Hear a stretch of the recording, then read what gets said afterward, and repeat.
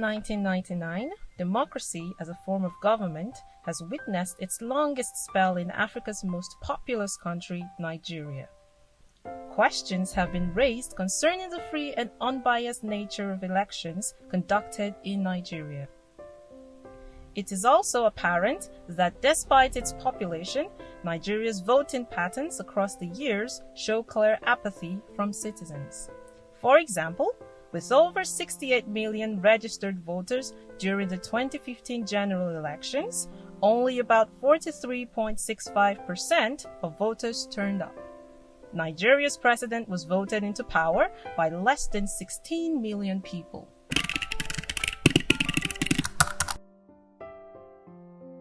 Well, because their vote doesn't count.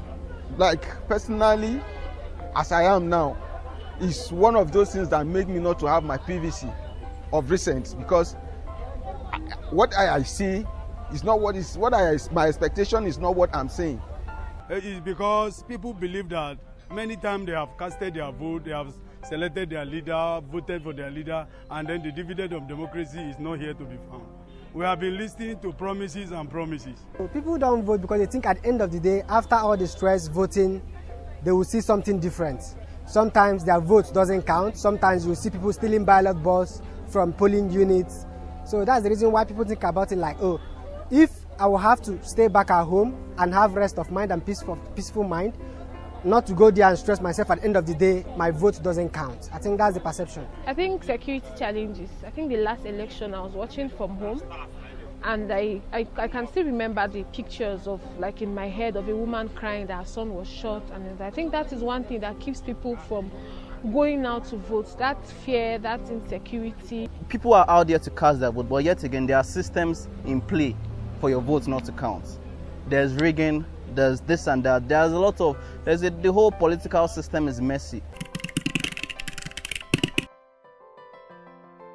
Previously, I don't believe that vote count, but because of this electronic voting, I think the vote will count. I've never voted for presidential candidates. This is me being honest, and that's because we've always been of the mindset that our votes don't count. But honestly speaking, if we all continue saying my vote doesn't count, and you don't go to vote, then whose vote is going to count?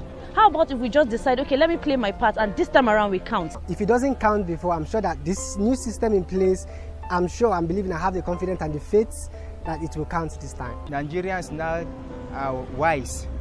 We are wise enough, and also we are going to use our card to vote whoever want to vote.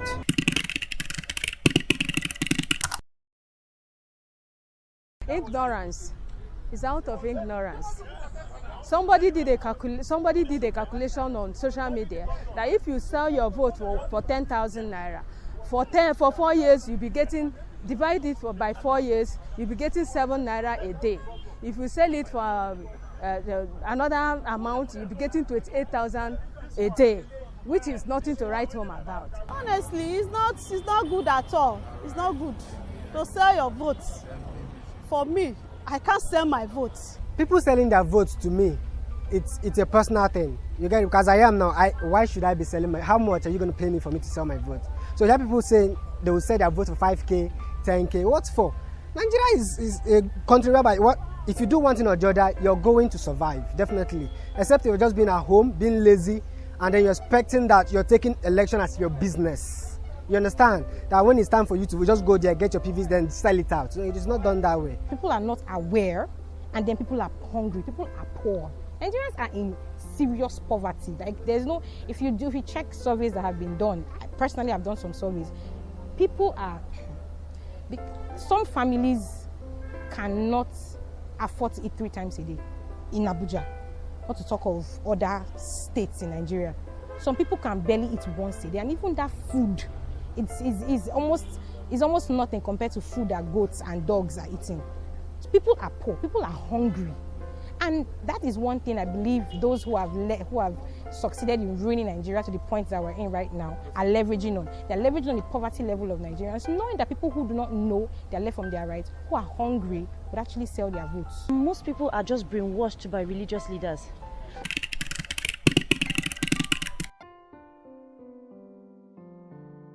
what we are passing through in our country today is so much. A lot of people are, in fact, I don't know how to describe this.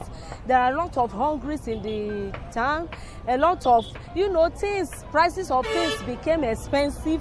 People cannot afford. Many people are even dying because of hunger. And I believe that whosoever that is coming up, that is our heartbeat, is going to do better than what we are seeing. Education is very, very important. Today in Nigeria, education is not going anywhere. So far, we need somebody who is educated, who will allow children or people to be educated. You should turn the economy around. You should build refineries and maintain the existing ones. Healthcare, build hospitals. Presently, ASU is on strike. The school system should be revitalized. They should reorganize curriculum to make it, let's say, skill self-sufficient. It's not paper qualification. At least education, our government education is very poor, and if you don't have the money, you can't sponsor your child to the better school. Security is an issue.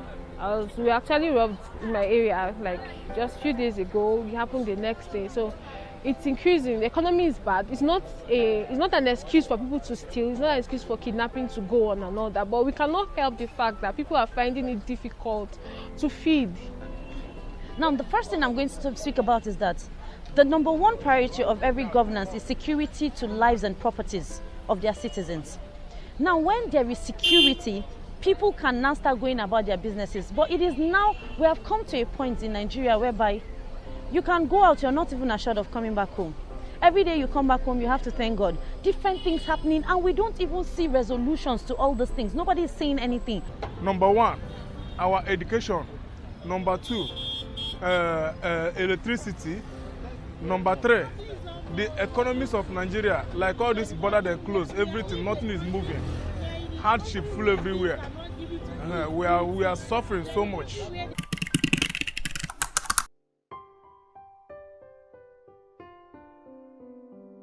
The process of me getting my PVC has been difficult because there's a lot of crowd, and I don't understand why INEC as a body haven't started this registration of PVC before now. I don't know why it has to be close towards an election that there will be a whole jam pack of people trying to get that PVC. So I believe that the system should be changed.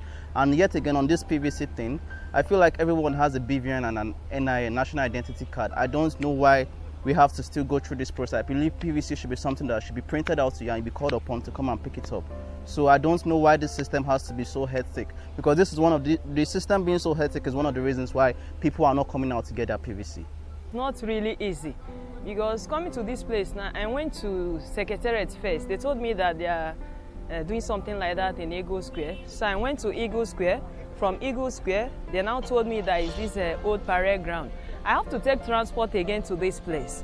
Actually, from my house to this place now, I've spent already 500 naira.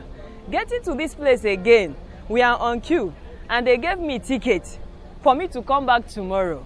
So I don't know, coming back tomorrow again is another stress of its own, an additional transport. I think the government is not actually making things easy for each citizen.